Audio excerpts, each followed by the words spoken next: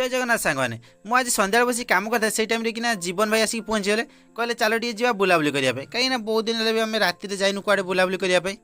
से मोर दुकान कम सारिकी दुकान बंद करके बाहरी पड़लु टे बुलाबुली करने